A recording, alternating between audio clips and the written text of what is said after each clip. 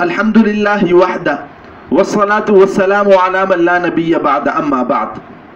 मुअज़्ज़ज़ सामिईन किराम, चंद अहादीस आप हज़रात के सामने पेश करनी है।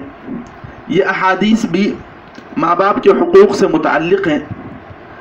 पहली हदीस जिसको इमाम बुखारी रहमतुल्लाहि अलैहि ने नकल किया है और यह हदीस हज़रत अब्दुल्लाह बिन अमर रज़ी अल्लाहु अन्हु से मनक़ूल है। हज़रत अब्दुल्लाह बिन अमर रज़ी अल्लाहु अन्हु फरमाते हैं, क़ाल रसूलुल्लाह सल्लल्लाहु अलैहि वसल्लम, अल्लाह के रसूल सल्लल्लाहु अलैहि वसल्लम ने इरशाद फरमाया, मिनल कबाइर शतमुर रजुली वालिदैहि, कि गुनाह कबीरा में से ये है कि आदमी अपने माँ या बाप को गाली दे। तो इस हदीस से ये बात पता चलती है कि अपने माँ को गाली देना ये गुनाह कबीरा है और हराम है, या अपने बाप को गाली देना ये भी गुनाह कबीरा है और ये भी हराम है। जिस तरीक़े से ज़िना करना हराम है, जिस तरीक़े से चोरी करना हराम है, इसी तरीक़े से अपने बाप को या अपनी माँ को गाली देना भी हराम है। और फुक़हा ने इस मौके के ऊपर ये भी वज़ाहत की है कि हदीस के अंदर शत्म का लफ्ज़ इस्तेमाल हुआ है। तो ये शत्म का लफ्ज़ जिस तरीक़े से गाली देने के ऊपर बोला जाता है, इसी तरीक़े से ये लफ्ज़ बुरा भला कहना, सख्त सुस्त कहने के ऊपर भी बोला जाता है। तो मालूम ये हुआ कि अपने माँ बाप को गाली देना तो हराम है ही, गाली के अलावा उनको बुरा भला कहना, ख़राब लहजे से बात करना ये भी हराम है। दोनों चीज़ें हराम हैं। हज़रात सहाबाए किराम रिज़वानुल्लाहि ताला अलैहिम अजमाइन ने जनाब रसूलुल्लाह सल्लल्लाहु अलैहि वसल्लम से कहा, क़ालू, सहाबा ने कहा, या रसूल अल्लाह, ए अल्लाह के रसूल सल्लल्लाहु अलैहि वसल्लम, वहल यश्तमुर रजुलु वालिदैहि, क्या कोई शख्स अपने माँ बाप को गाली दे सकता है? यानी उन्हें ताज्जुब हुआ कि क्या कोई शख्स गाली भी दे सकता है अपने माँ बाप को? क़ाला, तो रसूलुल्लाह सल्लल्लाहु अलैहि वसल्लम ने इरशाद फरमाया, नाम, जी हाँ, कोई शख्स अपने माँ बाप को गाली दे सकता है। और सूरत यह है कि यसुब्बु अबर रजुली फयसुब्बु अबाहु व यसुब्बु उम्महु फयसुब्बु उम्महु, कि कोई शख्स किसी शख्स के बाप को गाली दे, फिर वो शख्स इसके बाप को गाली दे, और कोई शख्स किसी की माँ को गाली दे, फिर वो शख्स इसकी माँ को गाली दे। यानी अल्लाह के रसूल सल्लल्लाहु अलैहि वसल्लम ये फरमाते हैं कि कोई शख्स किसी के बाप को गाली दे, पलटकर वो इसके बाप को गाली दे, कोई शख्स किसी की माँ को गाली दे, पलटकर वो शख्स इसकी माँ को गाली दे, तो हकीकत में ये शख्स अपने माँ और अपने बाप को गाली देने वाला है। इसलिए क्योंकि अगर ये उस शख्स के बाप या माँ को गाली न देता तो वो शख्स इसके बाप या माँ को गाली न देता। इसने चूंकि गाली दी है तो बदले में उसने गाली दी, तो हकीकत के एतबार से ये सबब बना है इस गाली का, और अगर ये सबब न बनता तो ये गाली न मिलती, इसलिए ये शख्स गाली देने वाला है। तो इस हदीस से ये बात पता चलती है कि जिस तरीके से अपने माँ बाप को खुद गाली देना हराम है और गुनाह कबीरा है, इसी तरीके से किसी दूसरे आदमी के माँ बाप को गाली देना भी हराम है और वो भी गुनाह कबीरा है, क्योंकि जब आप उसके माँ बाप को गाली देंगे तो पलट कर वो शख्स आपके माँ बाप को गाली देगा।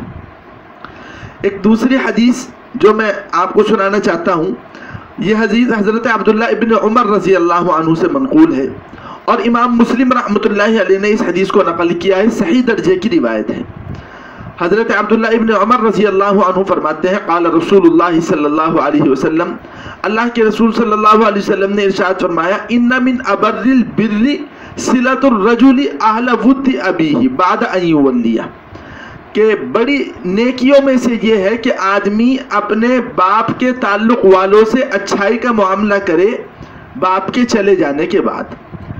तो इस हदीस का खुलासा ये है कि किसी शख्स के बाप का किसी से ताल्लुक़ था, अब बाप नहीं है, चाहे तो बाप का इंतकाल हो गया हो या इंतकाल ना हुआ हो, बाप किसी सफ़र पर गया हो या कहीं गया हुआ हो, ऐसे मौके पर बाप से ताल्लुक़ वाले के साथ अगर अच्छा मामला औलाद करती है तो हदीस शरीफ के अंदर बताया गया है कि ये बड़ा नेकी का काम है और बड़ा सवाब का काम है और अल्लाह तबारक व तआला इससे खुश होते हैं।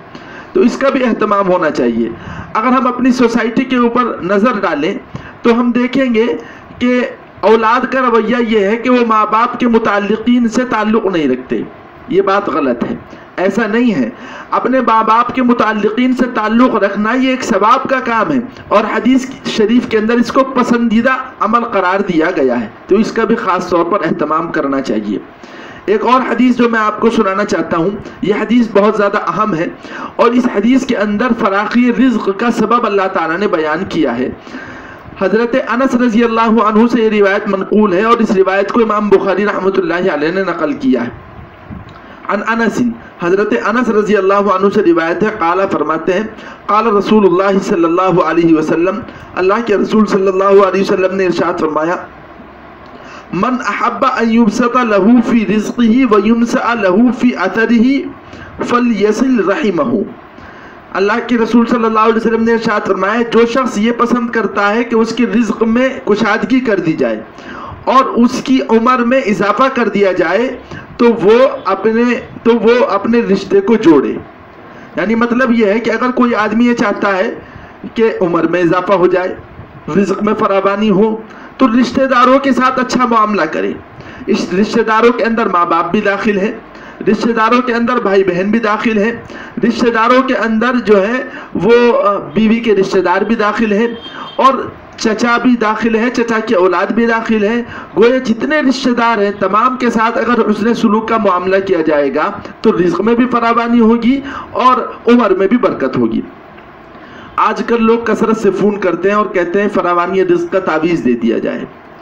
میں یہ کہتا ہوں کہ تعویذ کی کوئی ضرورت نہیں، اگر رشتہ داروں کے ساتھ اچھا معاملہ کیا جائے تو حدیث شریف کے اندر بتایا گیا ہے کہ عمر میں بھی اضافہ ہوگا اور رزق میں بھی فراوانی ہوگی۔ ان دونوں چیزوں کے اندر اللہ تبارک و تعالیٰ برکت عطا فرماتا ہے۔ یہ بات آپ اچھی طریقے سے سمجھ لیں کہ رزق کا معاملہ اللہ تعالیٰ کے ہاتھ کے اندر ہے، اور زندگی کا معاملہ، موت کا معاملہ، یہ بھی اللہ تعالیٰ کے ہاتھ میں ہے۔ وہ جس کے لیے چاہتا ہے رزق بڑھا دیتا ہے، جس کے لیے چاہتا ہے رزق کو تنگ کر دیتا ہے، جس کے لیے چاہتا ہے عمر بڑھا دیتا ہے، جس کے لیے چاہتا ہے عمر کو تنگ کر دیتا ہے۔ تو جب حدیث شریف کے اندر رسول اللہ صلی اللہ علیہ وسلم نے یہ بتا دیا کہ اگر کوئی شخص یہ چاہتا ہے کہ اس کے رزق میں فراوانی ہو، اس کی عمر میں برکت ہو، تو وہ صلہ رحمی کرے، تو اب آپ بتائیے کہ ہمیں تو نسخہ کیمیا بتا دیا گیا۔ اگر ہم رشتہ داروں کے ساتھ اس نے سلوک کا معاملہ کریں گے تو یقین جانیے بغیر کسی تعویذ کے، بغیر کسی وظیفے کے ہمیں یہ فضیلت حاصل ہو سکتی ہے کہ ہمارے رزق میں برکت ہو جائے اور ہماری عمر میں برکت ہو جائے۔ اللہ تعالی ہم تمام لوگوں کو رسول اللہ صلی اللہ علیہ وسلم کی ان تعلیمات پر عمل کرنے کی توفیق مرحمت فرمائے۔ وآخر دعوانا الحمد للہ رب العالمین۔